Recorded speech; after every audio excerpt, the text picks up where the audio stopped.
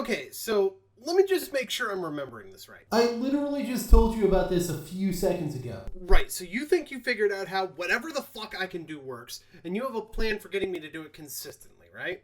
Just gonna... No. Yes, that's correct. So, we can go then. I'm not exactly in the mood to hear the one about the rye bread again. Ah! See, that part I didn't say. I'm sorry, what? Yeah, I know. How does your memory suck that much? No, not that. I mean, like, are you saying we can't leave? Well, specifically you. To be honest, I could just leave you here to deal with this whole thing yourself if I really wanted to. Wait, how would you leave Tarkir? Okay, let me rephrase that. Theoretically, I could leave you here to deal with this shit yourself if I really wanted to. But if I did that, then you'd probably just leave and nothing would get accomplished. And you also can't leave without me. Precisely. You know I could just leave without you, right? And give up the one thing that's giving you even the remotest chance of being able to survive against Superfire? Yeah, that seems smart. Okay, you know what? Fine. Whatever. Let's just get this over with. Glad we're in agreement. Mr. Hippo will teleport you where you need to go. What? Back! Alright, you know what? This is fine. I'm fine. Let me guess. There's commentary material too. Why would there be commentary material?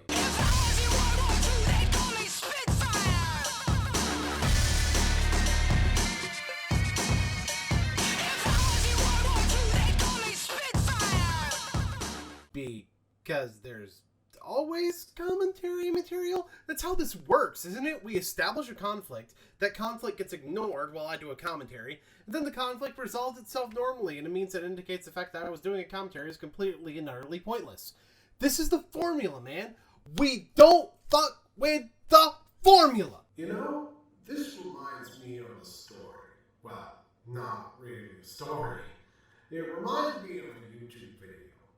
Wow, you sound a lot different in the game. You also sounded different in the last episode, too. Sounds like you need to change your expectations, bitch. So like I was saying, it was a video by Nizzahon Magic.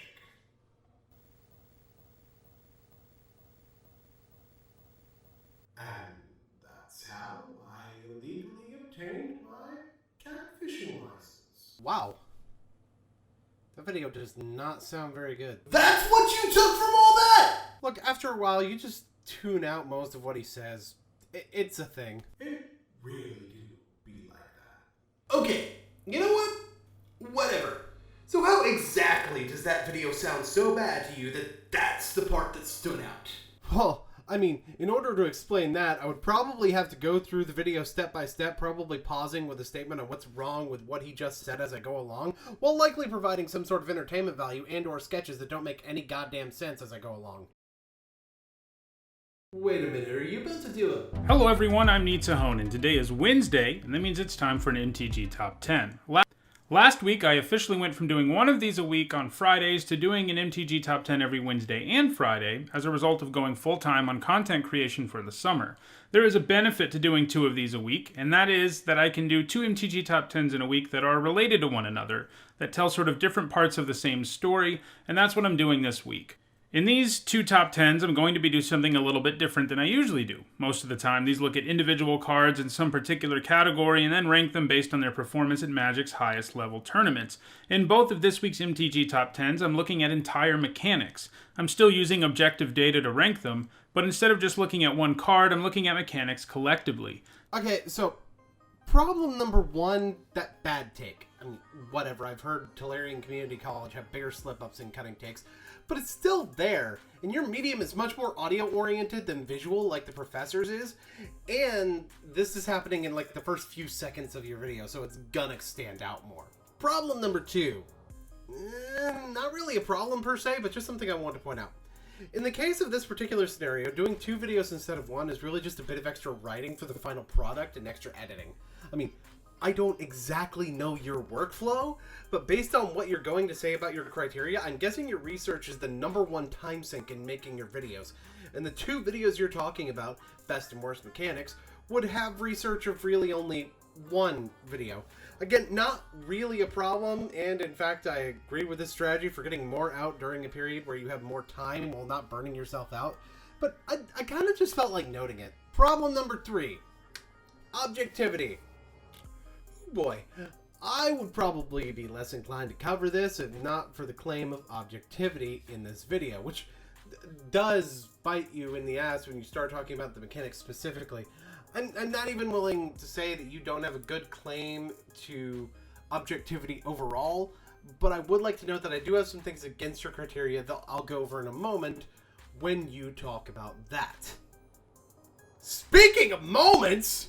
So in this video, I'm going to talk about the 10 mechanics in Magic history that have had the worst performance at the game's highest level, and on Friday, I'll talk about the best ones. The methodology for these videos is similar, but has a little bit more going on than usual. I'll be using my usual point system to assign points to cards, which means Pro Tour, Legacy, and Vintage Championship top 8s, as well as Mythic Championship top 8s are worth 2 points, and Grand Prix top 8s are worth 1 point.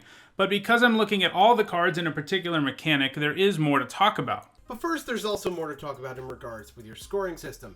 It puts a very hard cap on cards that are not legal in Modern. While I'll admit the statistics don't really show this to be a big deal since most of what's on this list is actually Modern legal, it is worth noting that not only is there no Legacy Pro Tour, but there are way fewer Legacy Grand Prix events than Modern Standard or, hell, even Limited. While I don't think it had a huge impact, save for a couple of cases near the top that I'm gonna get to, this criteria does put cards that were not in Modern at a disadvantage. I'd also like to note that winning a tournament should probably be more valuable than just getting to the top 8, but I'd be splitting hairs if I really held that against you.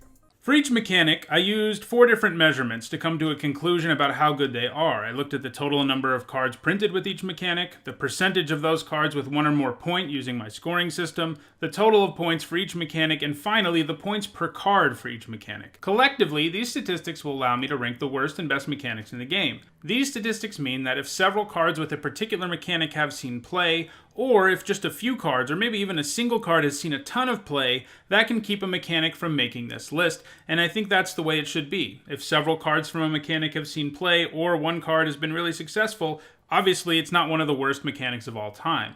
Okay, so, no. Well, yes, if several cards have seen play in one format or the other, then obviously the mechanic itself isn't that bad. But if a couple have seen a ton of play, that's in no way disqualifying, although that's where you have to enter subjective territory. Because if one card is being used for that mechanic, then yes, it should be considered that that mechanic is what makes the card good. Therefore, it is not one of the worst mechanics. See, this is the challenge with something like this.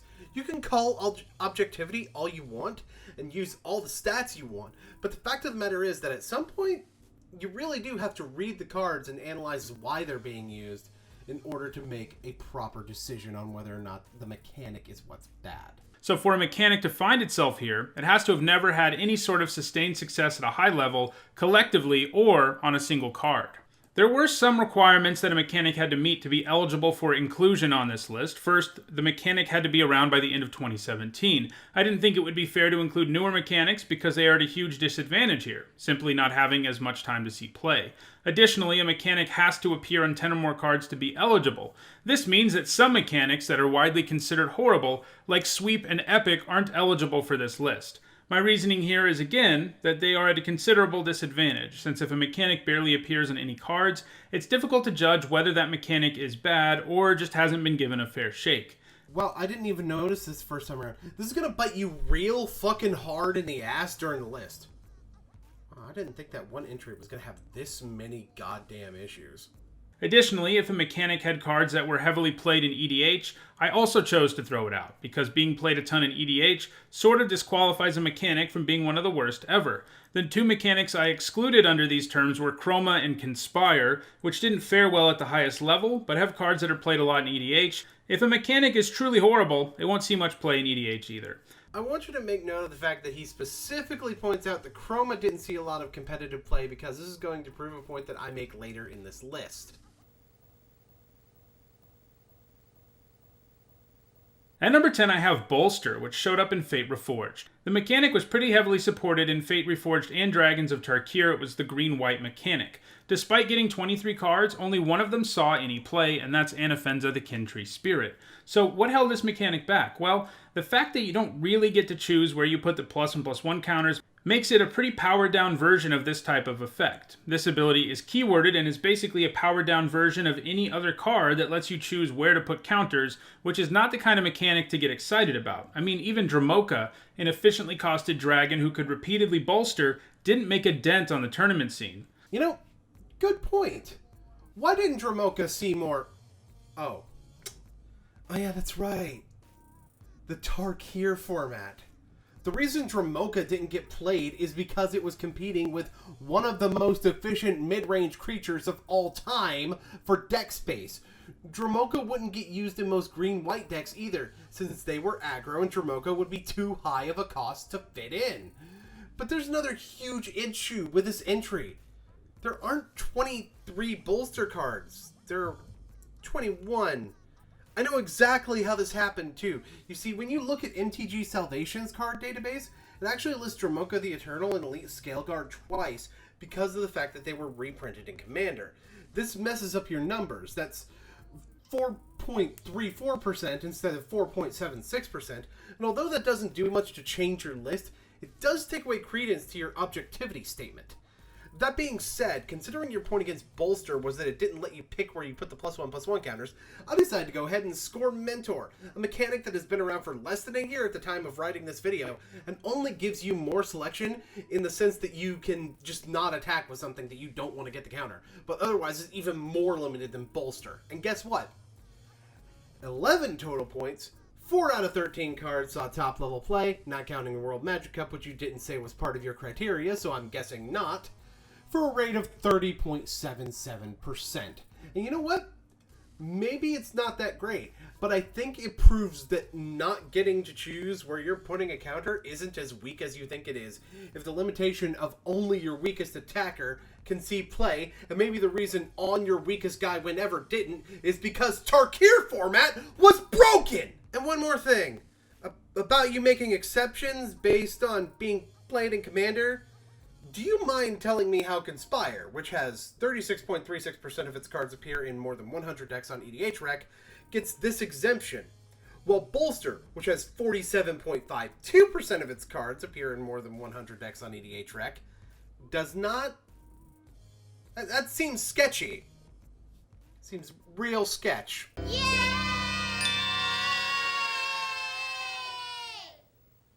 At number 8 is Amplify, a mechanic that I think is both uninteresting and underpowered. It appeared in Legions, the second set in Onslaught block back in 2003. Onslaught block was arguably the most tribal block in Magic's history, and Amplify was a mechanic that was meant to be well suited for such an environment, since if you had more creatures in your hand with the same type as the creature with Amplify that you just played, you could reveal them and make your creature bigger. Hey, so, remember that issue with Bolster that just messed up your math a bit? This is where it really fucks you, like right in the ass. Amplify actually only has 9 cards, with Killmouth Dragon having been reprinted. Like, okay, considering the fact that you would have to actually go over the lists and look up tournament results for every card, it's one thing to go, oh shit, there's 2 repeats in here, but that's okay because it only slightly makes my math off and my point's still valid. And a whole different one to not realize that you should have disqualified something according to your own criteria. And this isn't even my only problem with this segment.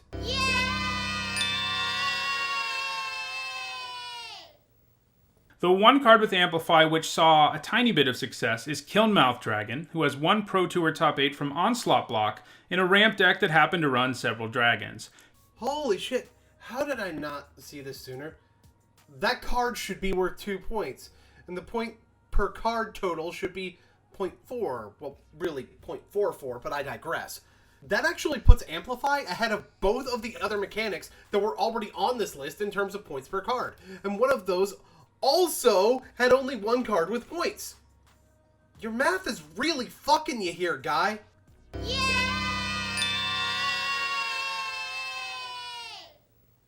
I think there's a reason that, despite the mechanic being 16 years old, and despite the fact that we've had many tribal sets, we've never seen this mechanic return. What the fuck does that say about Chroma then, which you also disqualified due to commander playability?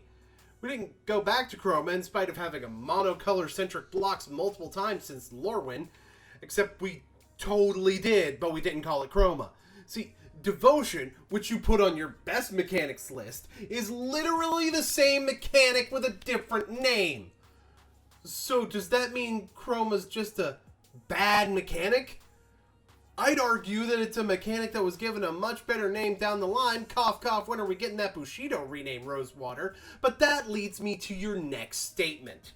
Like Bloodthirst, I could maybe see some hope for this mechanic in the future, but in general I think a mechanic like this one, that only rewards you if you have creatures of the right creature type in your hand, is a pretty bad design. First of all, you think the mechanic has potential, but also that the mechanic itself is a bad design? Good job. Second, Tarkir block was full of cards that cared about having dragons in your hand, so your whole "we never return to it so it's bad" is out of the water. Lorwyn also had a whole cycle of reveal a tribal creature or pay 3 low-cost creatures that indicate that the problem was not the mechanic itself, but rather the card design. And sure, I'd agree with you that there are more interesting things to be done with tribal keywords, but you know what? Wouldn't hurt my feelings if Amplify came back with better made cards. In fact, I'd welcome it, and that's really the point of what I'm trying to say here. Next I have Tribute, which is actually our 4th consecutive mechanic that involves +1/+1 counters, interestingly enough. This mechanic is kind of cool flavor-wise. Basically, the creatures with this mechanic demand a tribute for your opponent, and if they don't get it, well, they're going to do something about it. The tribute involves putting +1/+1 counters on your creature, and every creature with tribute does something different if tribute isn't paid. Generally, though, it involves gaining an Enter the Battlefield ability or keyword ability until the end of the turn when you play it. So, what's the problem with this mechanic? Well, like always, cards that let your opponent choose between 2 options are not very good. This is because your opponent can almost always choose an option that makes it so the card doesn't affect them very much, one way or another. Can't take 5 damage from Farragax Giant? That's fine. Let it be a 5/5. Now, it can happen that both options aren't good for your opponent, but the problem is that just doesn't happen very often, and even when that's true, both options aren't going to be equally bad, and it's not always going to be the case that the option is really worth playing the card you're playing, even if one of them is worse for your opponent. See, while it is a fact that cards that let your opponent choose between 2 options are always going to have an option that's more good for them at any given moment than the other, this making the cards unplayable is, unfortunately, pure fiction. I don't... Wow, you're still here? I can't leave, remember? Oh, yeah. Well, anyway, I'm referring to the card Fact or Fiction, which forces your opponent to choose between 2 options and is, only one of the most iconic cards in the entire fucking game. Oh. Man, you're a nerd. Shut. Anyway, that's not my only evidence against you here. There's also Vexing Devil, a card that makes the opponent choose between taking 4 to the face and you getting a 4/3 for 1 mana that has more points than the entire archetype. Again, your criteria to reach its place on the list is valid, but do you have to list your opponent making a decision as the primary reason that all the cards are bad? The one card with Tribute that saw any play was Fanatic of Xenagos, and that is because both parts of it have a pretty similar goal: attack the opponent to death and do it efficiently. As either a 3-mana 4/4 with Trample or a 3-mana 4/4 with Haste and Trample for a turn before shrinking back to a 3/3, you're getting a good deal, and both attack your opponent on the same axis with the goal of aggroing them out. I think with some creativity, maybe this mechanic could be better in the future, but I have a hard time seeing that. Except you just pointed out the reason Fanatic of Xenagos is good is because of both modes being aggro, which is also what Vexing Devil does. You explained what makes a tribute card good in your eyes, and then you said you don't see it getting good. Fucking contradictions, man. Wowie, wowie. At number 5, we have the Damier keyword from Return to Ravnica, and that's Cipher. It and the mechanics above it on this list have 0% of their cards seeing play, which also means that there's an average of 0 points per card, so the rankings from here on out are based on which of these 5 terrible mechanics have the most cards printed and still have 0 points. By the way, using your criteria, Cipher would still be at number 5, even though there are actually 13 cards with Cipher. Just throwing that out there. Yowie, wowie! And number 4, we have Rampage. This mechanic punishes your opponent for blocking your creature with more than one creature. Rampage always has a number value, and whatever that value is, that's the stats boost that the creature receives for each blocker beyond the first. How very exciting that isn't, because your opponent is aware that your creature has this ability. It isn't like you're going to sneakily blow your opponent out when they block with 2 creatures. Instead, they just won't block your Craw Giant, which costs a whopping 7 mana for a 6/4. And that's pretty much all he's going to be. It seems that when they designed Rampage, they really thought it was going to be incredibly powerful because the creatures that have it cost several mana more, as if they have Indestructible or Hexproof or something. The worst of the bunch is probably Tika's Dragon, who is laughably a 9 mana 5/5 with flying and trample. And yeah, Rampage 4, better look out for that.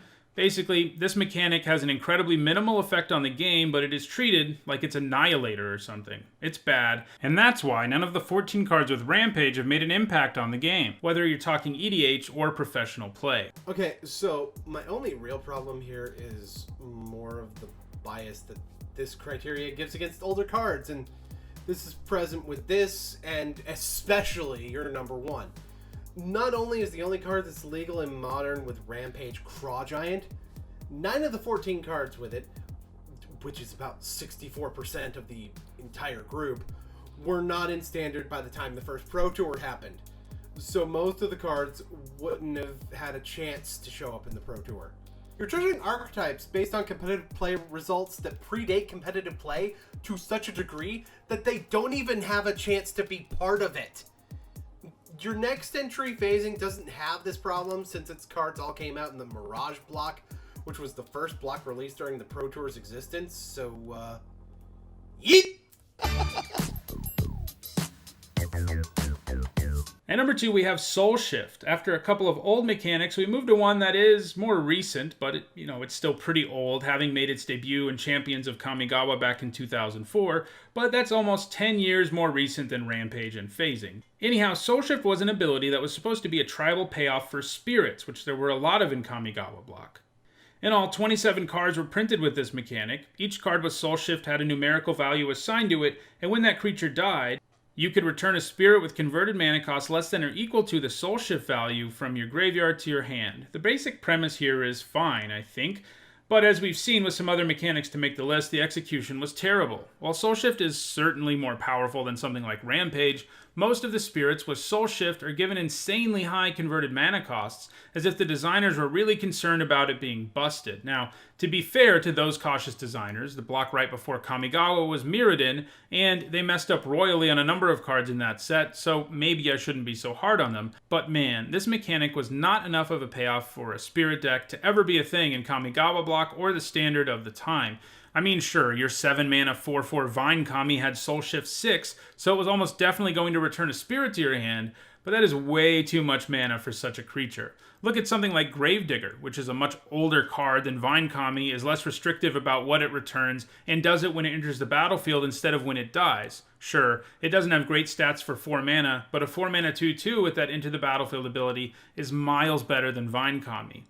They did print some cards that had Soul Shift and Sacrifice abilities, like Pus Kami, and yeah, if you ever actually got to get this thing into play for the 1,000,000 mana it asks for and then kill a creature and get a spirit back, well, you'd be in business, but that's a lot to ask. I also think this mechanic just sort of had a bad parasitic design. It's just too narrow of an ability, even if what you really want to do is push spirits. Spirit Tribal has actually become a thing in the years and years since Kamigawa block, thanks to both of our visits to Innistrad, but it's no surprise that Wizards didn't bring back Soul Shift to strengthen the creature type. Okay, as I'm sure that everyone would expect me to jump this nerd for talking shit about Kamigawa, he's right. Well, he's mostly right. For one, this was clearly underpowered because of the fear of how powerful Mirrodin was, so there was far too much correction in the opposite direction. Not even the only time this has happened either. Battle for Zendikar and Shadows over Innistrad had the same overcorrection problem coming after the Tarkir block, although not as extreme. And yes, a lot of Soul Shift creatures were overcosted. To be honest, they probably could have fixed this by just adding the word other to the text of what Soul Shift actually does, so that these can't return themselves to the hand. That way they could be priced however they needed to be and costed accordingly much easier. That being said, motherfucker, Your presumptuous attempts to explain that they didn't bring Soul Shift back to help spirits in Innistrad is dumb. Because that means that the 10 or less life mechanic for Zendikar's vampires was also bad, since they don't give it to Innistrad vampires. It's almost like they are different flavor-wise, you chuckle fuck. Spirits from Kamigawa are kami, nature spirits, which is why a shit ton of them are green, as a matter of fact. You may have also noticed token producers from Kamigawa block made colorless spirit tokens that didn't fly, while Innistrad spirit tokens were 1/1 white flyers. And that's because the Innistrad spirits are ghosts, not forces of fucking nature. And yeah, I know, it's not entirely relevant to your discussion, but there are reasons for a mechanic existing other than just being in the Pro Tour, and that's something else that your list misses, and I didn't even say this in my final thoughts. In fact, I'm going completely off script right now. Because I'm kind of bothered by it. And at number 1, surprising no one, we have banding. It has firm hold of number 1 by virtue of there being 62 cards with this ability, and none of them ever doing anything in competitive Magic, or, for the most part, in EDH. Banding has so many cards because Wizards refused to stop using it after it proved too weak, something they didn't make the mistake with on other cards on this list. Cards with banding date back to Alpha in 1993, and they kept printing cards with it all the way until 1997. Like phasing, banding is a mechanic I have also dumped on a lot over the years. Like phasing, banding is an overly complicated mechanic that has very little real impact on the game, and like a lot of these mechanics, creatures who were given banding are costed like they're incredibly powerful or something, instead of having a near useless keyword ability. Okay. So, first of all, yes, banding is bad. And I'll go over the actual reasons that banding didn't work in a bit, but for now, let's go over what you actually said in this segment. Number 1, banding actually only has 45 cards, not counting Greater Morphling or Old Fogey, but counting all the Bands with Others cards. Once again, your ability to properly count the number of cards with a mechanic is staggering. Number 2, banding is actually the only one of these keywords that was at one point evergreen, which is why it has so many cards. Number 3, time for me to go over the actual reasons that banding sucks. Okay, so you're right on the complicated part. Banding is complex, although the real problem in terms of complexity is with the Bands with Others version of it, because banding itself is just, you can go into combat with another creature as one. Bands with Others, on the other hand, apparently counts as entirely separate. So if you have a creature with bands with your mom, you can have it band with your mom, but if your dad has regular banding, he can band with either one of the two, but not both at the same time, because apparently this guy's not into three-ways unless it's with some military dudes or Wall or some other kinky shit. It was a level of nuance in combat that admittedly didn't fit with the need to simplify the basics of the game, so it was phased out of the game. Not because of power level, but because it just didn't fit with what Wizards wanted to do with the game. In fact, banding's concept of creatures being able to assist each other in combat is seen in later mechanics and keywords. Like, for example, Bolster and Mentor. There's also a battle cry from the Scars of Mirrodin block, and the occasionally used mechanic of giving another creature a combat keyword when you attack. Number 4. Here's a list of banding cards that either pass the vanilla test or would pass the vanilla test with any other keyword. Banalish Hero, 1/1 for 1, passes vanilla, especially for its time. Direwolves, 2/2 for 3. Even if the banding is only if you have planes, Kurdape exists. Playing multicolored is not hard. Decathian Infantry, 1/1 for 1. You don't even have to use banding, and you can give it first strike. It's right there. Kajeldoran Sky Knight, 1/1 for 3 that also has flying and first strike. If that were Vigilance, or if it had double strike instead of first strike, people would play it at least in EDH, so I'm giving it a pass, even though it already passes the vanilla test, by the way. Kajeldorian Warrior, another 1/1 for 1. How about that shit? Mesa Pegasus, 1/1 flyer for 2. That's literally most draft common flyers in modern Magic. Pikemen, 1/1 first strike for 2. Beats your opponent's 1-drops, which is what you want out of a 2-drop. Timberwolves, 1/1 for 1. It's almost like there's a lot of these. Volunteer Reserves, 2/4 for 2. I'm aware that this comes with cumulative upkeep that limits its time on the field, but it's better stats than a bear and has a potential upside. I'd say that it passes. I'm not even counting most of the borderline stuff, and that's already 20% of the actual cards. And I also didn't count ways to grant banding that are part of the 45. Is the fact that these haven't seen competitive play an indicator that this keyword sucks? No, because guess what? More than half of the cards were never eligible for Pro Tour play, and all but 5 were only eligible for 1 Pro Tour, which means they, for the most part, never had a chance to see the play that would have scored them points. Okay, so if I were to give my final thoughts on this, then I'd probably start by pointing out how I don't normally cover top 10 lists like this, because they tend to be very subjective, and even if I clarify that I'm simply providing a different side to that argument and not outright calling somebody wrong, some people still kind of act like I can't just provide a different perspective, even though I have a major track record for doing exactly that. In the case of this video, though, it claims objectivity while making subjective points during the list. I mean, yeah, the rankings are based on objective data, but as we pointed out here today, there's problems with the data provided as well.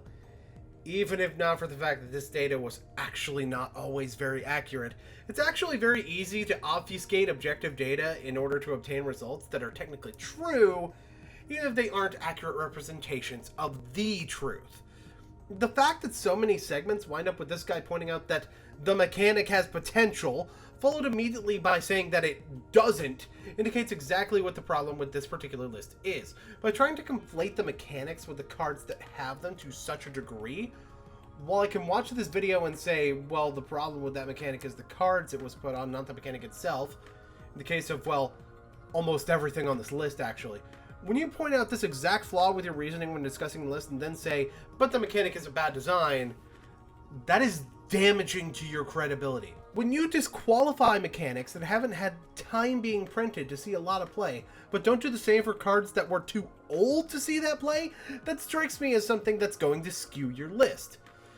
Also, when you disqualify mechanics because they get played in Commander, but I find mechanics that are more played in Commander that are on your list, that's going to hurt your credibility for me. And to be fair, I'm not even saying that this is a bad video. It may be a little boring for most viewers that aren't already into this kind of thing, but it's still an interesting look. My advice would be a bit complex, so I want everybody to bear with me here. Normally, a video that is super informative can get past being a little bit less outwardly entertaining by being deftly accurate, or at the very least not obviously inaccurate, because that information is going to get processed a lot more rawly and with more thought. Meanwhile, a flashier video that's more focused on entertainment than giving information is more likely to have less detail, but an easier time glossing over those details. There is a balance between form and function to be found in videos, between substance and style. I'm not going to claim that I've necessarily found that balance for my own shit, but Nizzahon seems to have either not found it himself here, or has just found something in his catalog where his normal degree of balance just doesn't work as well. This was his first time covering something in this broad of a spectrum, and I would hope that if he were to watch this, he'd not get offended by me pointing out that yes, there were problems with the way that he did this that would not have been present in a video like what he usually makes, talking about individual cards, because these problems don't really apply to individual cards in most cases. But if he were to cover something more broad like this in the future, or hell, stuff going as far back as pre-Ice Age, he might keep some of these criticisms in mind. Or, you know, that would be my final thoughts in the hypothetical scenario that I were to do a commentary on this video.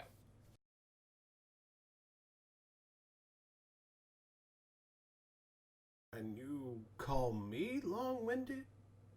Jesus fuck. You know what? Sure. Fucking sure. Hypothetically. Let's separate under some more hypotheticals here. Hypothetically, let's say that Jacob shows up right fucking now. Who? And hypothetically, some more commentary material, or what the fuck ever, just falls out of the sky like it always seems to do around here. Well, I mean, it doesn't. It tends to come from a variety. I still don't know who Jacob is. And you just do a commentary right in front of his fucking face and just solves everything and makes you guys best friends or some stupid shit. I mean, knowing the way things work around here, yes. But like, who's Jacob?